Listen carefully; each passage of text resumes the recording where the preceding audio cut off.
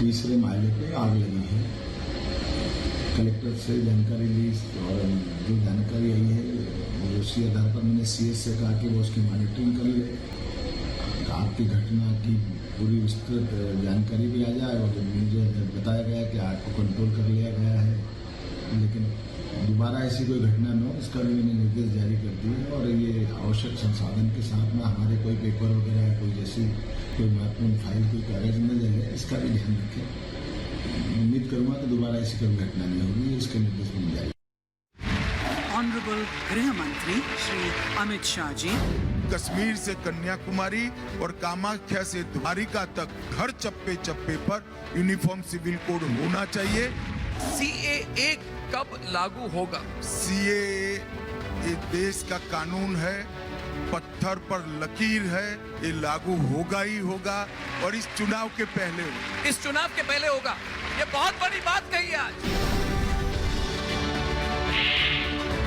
एक ही चैनल होगी और आज गूगल गुरु आपका ट्रांसलेशन तो कर ही देता है और मैं एआई की दुनिया में काफी आगे बढ़ा रहा हूं देश को। अब मेरे अपने भाषण 8-9 भाषाओं में तो आप आसानी के साथ सुन सकते हैं। अभी मैं भाषण कर रहा हूं, सभी भाषाओं में बहुत ही विदाउट नो टाइम मिल जाएंगे। तमिल लोगों को मिलेगा, पंजाबियों को मिलेगा।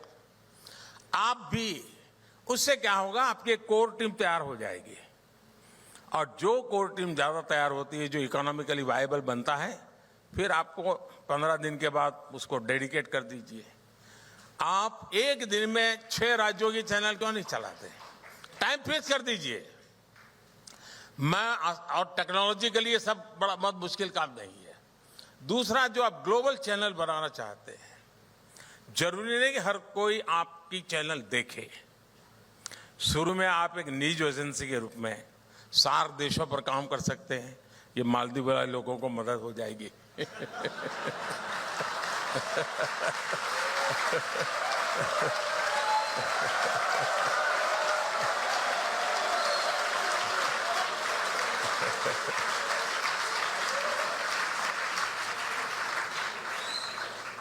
नसीब मेरा बहुत पुराना दोस्त है तो मैं उसे कुछ भी कह सकता हूं। लेकिन अगर आप 4 देशों में कम से कम, क्योंकि उन लोगों को इंडिया के न्यूज में इंटरेस्ट होता है 4 देशों में, उनकी लैंग्वेज एक प्रकार से, फिर बिम्स्टेक में चले जाइए। धीरे धीरे मैं समझता हूं, लेकिन ये काम ऐसा नहीं होता साहब कि इस 5 साल में मनरेगा करूंगा, फिर 5 साल तक मनरेगा के ढोल पिटूंगा। देश ऐसे नहीं चलता है जी। देश तेज गति से चलता है। देश को बहुत बड़े काम करने होते हैं और मैं मानता हूं आपको तो चुनाव लड़ना नहीं है, भी चिंता क्यों कर रहे हो? और मुझे लड़ना है तो भी मैं चिंता नहीं करता हूं।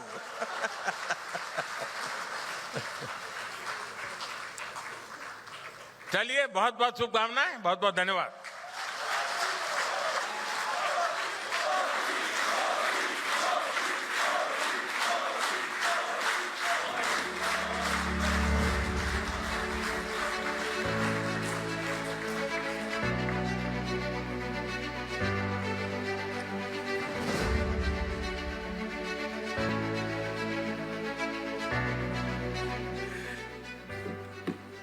मोदी जी, प्रधानमंत्री जी, नेशन वॉन्ट्स टू नो, पूछता है भारत। प्रधानमंत्री जी ने जो 75 डेज की रिपोर्ट कार्ड हमारे सामने रखी, उसे हमें ऊर्जा मिली कि नहीं मिली? Did we all feel energised by that or not? Louder. Modi ji, pro incumbency यही है, दिस इज द बिलीफ। दूसरी बात कहूंगा Modi ji, I will keep it very short, very short. आपके स्टाइल और आपकी थिंकिंग को कोई ट्रेडिशनल पॉलिटिकल एनालिस्ट या ट्रेडिशनल इकोनॉमिस्ट समझ नहीं पाते हैं, बिल्कुल नहीं समझ पाते हैं मोदी जी। क्यों? मगर आपने जो बात कही, अगर कोई गहराई से समझने की कोशिश करे, you are the first prime minister of the country and of this generation and in the world who understands the macro picture and the micro picture. You are, and it's very ये इसलिए बनी है क्योंकि आप देश के जमीन से जुड़े हुए हैं। You been a social worker. मैं आपको जानता हूं बहुत दिनों से मोदी जी, जब आप छोटे से रूम में रहते थे बीजेपी कार्यालय से पीछे, तो आप जी तो मैं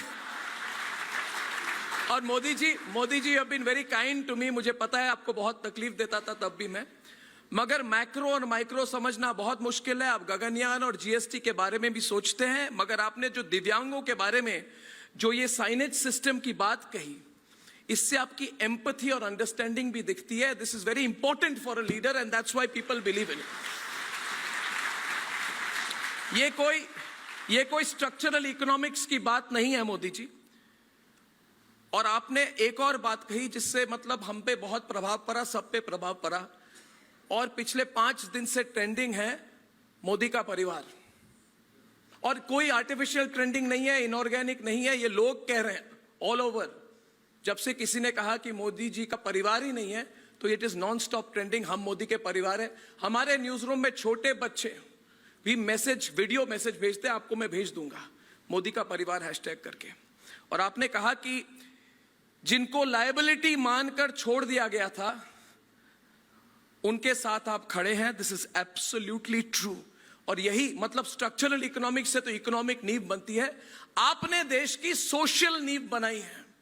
you have brought back respect, you have given respect to every Indian, respect to every Indian Modi ji. Finally Modi ji, nation looks forward to your leadership. The nation looks forward to your leadership for many years and many decades to come. We wish you good health. The way you are working and the way you are traveling, we wish you absolutely the very best. And in 2 months, you are going to start your 3rd term.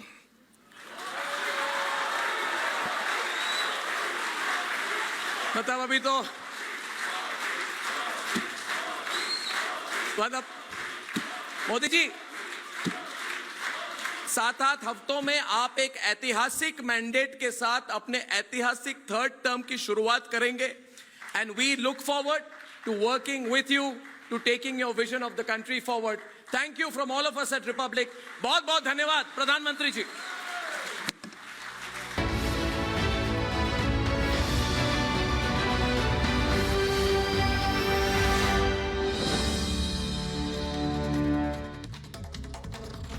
तो Republic summit में प्रधानमंत्री मोदी को आपने सुना, जहां उन्होंने अपनी सरकार की उपलब्धियां गिनाई और साथ ही भविष्य की सोच, विजन भी रखा। और अब बात करते हैं लोकसभा चुनाव 2024।